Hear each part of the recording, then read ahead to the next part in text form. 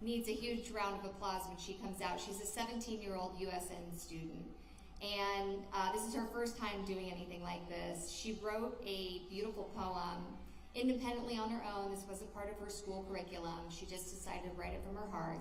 Here she is, 17-year-old Breckyn Forcey.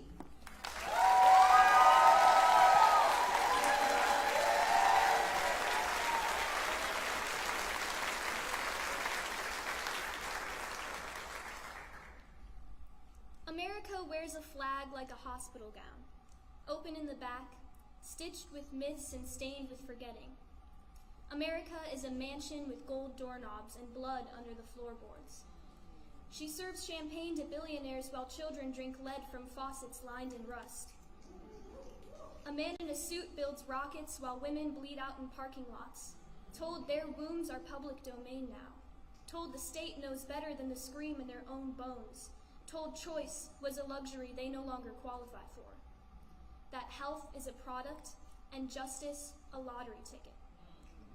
The Constitution hangs like an antique rifle, polished, unused, and pointed at the past. I watch children practice lockdown drills with the same small hands they used to build block towers. I watch women bleed rights onto pavement while men in pressed suits debate whether their pain is marketable.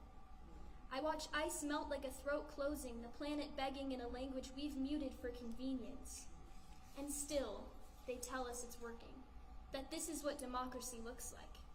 No, this is what grief looks like when it's forced to wear red, white, and blue.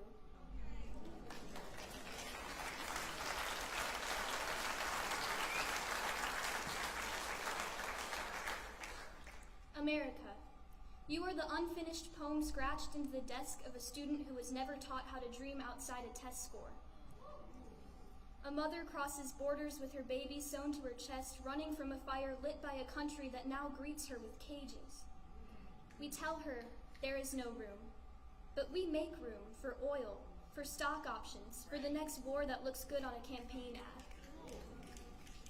She speaks in the language of survival, but we don't translate pain without profit. And still women march, with coat hangers raised like broken flags, with rage etched on their hips and hope curled in the fists of their daughters. America sells freedom like a brand and puts compassion on backorder. But I believe not in her institutions, her marble monuments, her eagle-bled slogans, but in the quiet rebellion of kindness. Still we rise not from pride, but from protest, not for stars and stripes, but for the quiet revolutions happening in every corner they pretend not to see. In the fire escape garden a girl plants in the Bronx, in the protest signs written in every language grief knows, in the hands that still reach for the broken when all the headlines say step over. A girl teaching her grandmother English on a subway bench, an immigrant writing code for a country that won't learn his name but needs his hands. There is a country buried inside the country, so let them keep their towers. Let them count their coins until they choke on them. We are the fire in the foundation, the America they don't advertise, and we are not done rising.